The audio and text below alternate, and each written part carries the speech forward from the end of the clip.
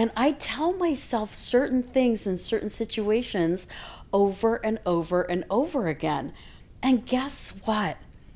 When we tell ourselves the same thing over and over and over, guess what we become?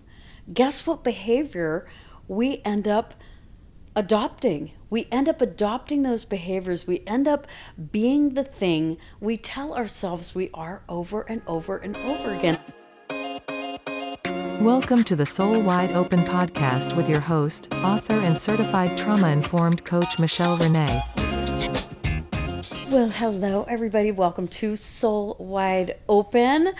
Oh my gosh, today I want to talk about something that has been coming up for me lately that I think is an issue so many of us have, and that is, what do we keep saying to ourselves and telling ourselves over and over and over again?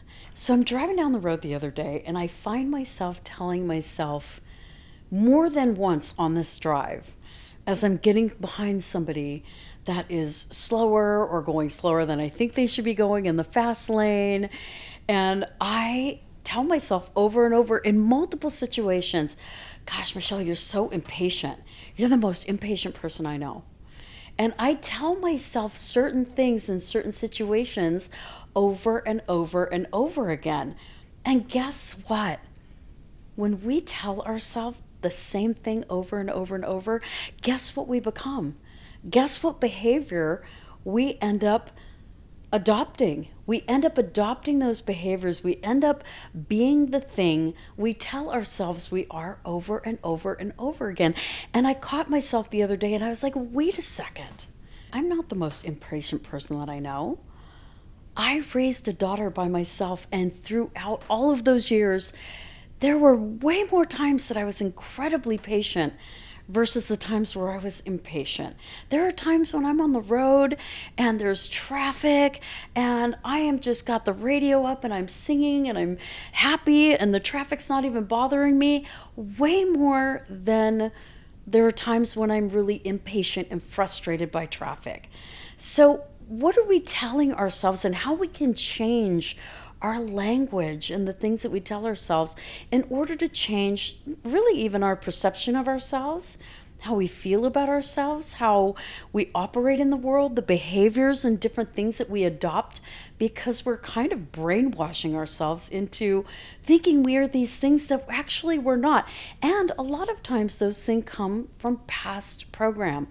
Those things come from what other people have said to us in our childhood, past romantic relationships that weren't healthy, that were toxic, and those things that we have been told that we are by other people for so long. And when we're told that we are certain things by other people, guess what? That's not about us. That is about them. Those are the things that they are saying to us based on who they are, based on how they were sort of raised, based on their perceptions and their projections even.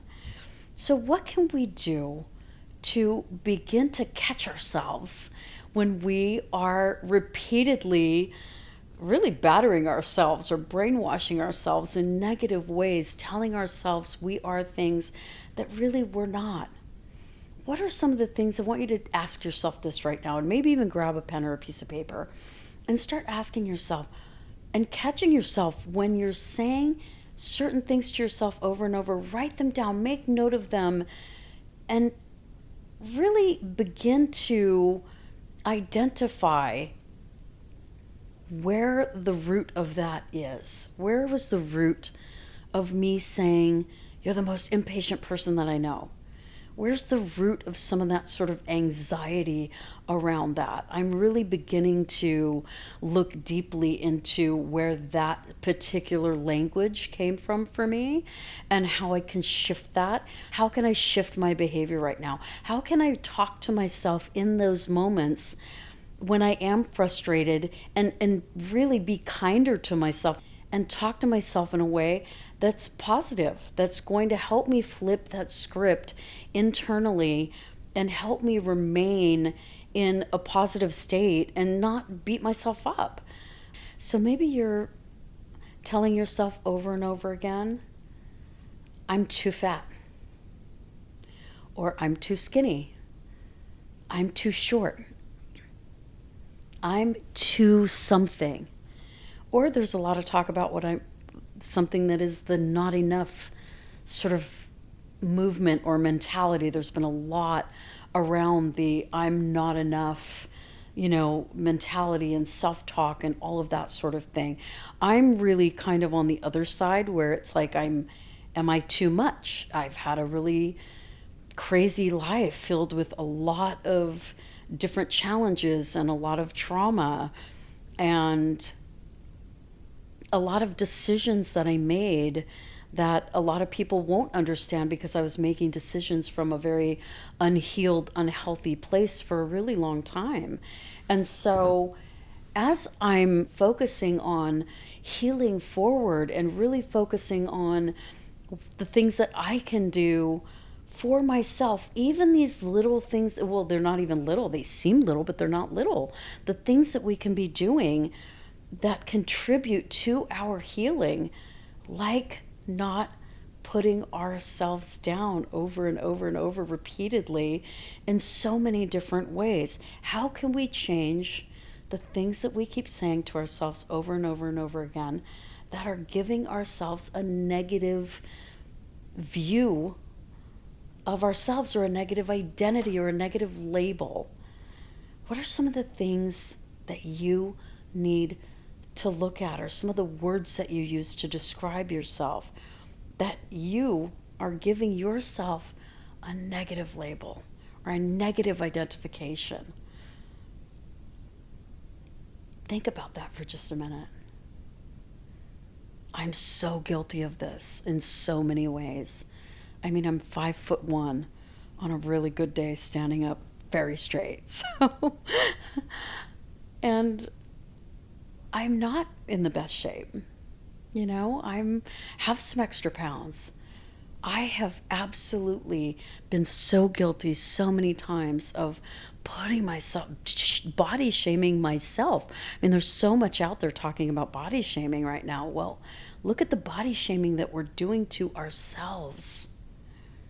I have been doing that to myself for years, including my height, including my weight. There's so many other things. I'm too much. I'm too broken for anybody to love me. I'm unlovable.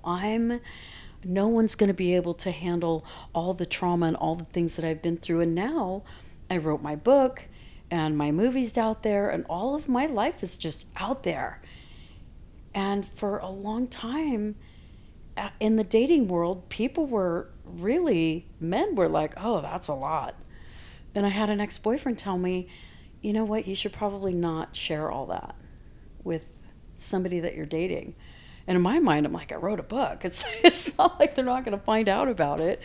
I'm active on social. I have a podcast. I'm a speaker. I really, really, really want to and am inspiring other people to live a healed life, a life that's focused on healing forward, a life that's focused on living full out with your soul wide open, no matter what you've survived. So how am I not going to share that with somebody that I'm hoping to be in love with and share a life with, right? But for the longest time, I told myself no one's going to be able to take any of this on. No one is going to want to take this on, And I've just decided that's a bunch of crap. That's not true. Someone is going to be so proud of me. This is how I flip the script.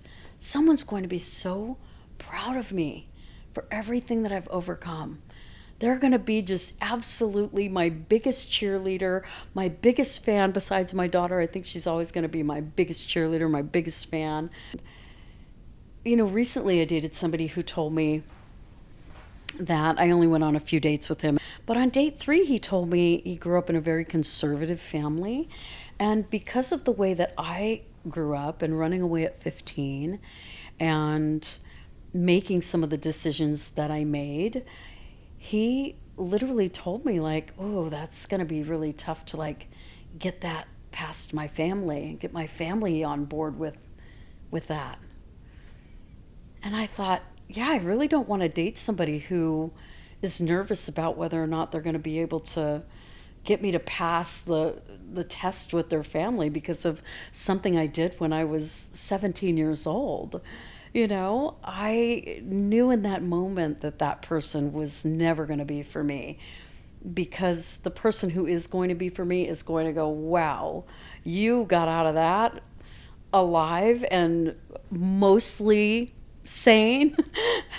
And you've built a business and you've done all these amazing things. Even though you went through all of that, bravo, that's the man.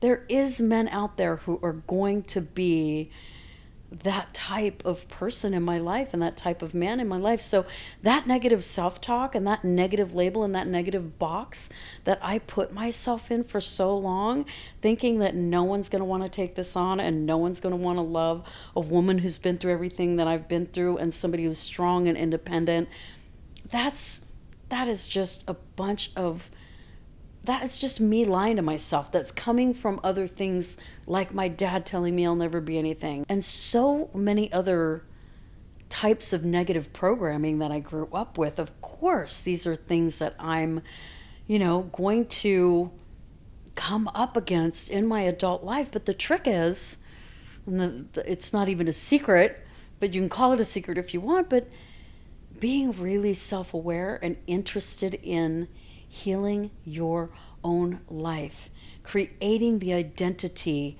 that you want for yourself, not the identity that somebody else has given you. So let's start changing those negative words and those negative labels and all of that negative shaming that we're doing to ourselves.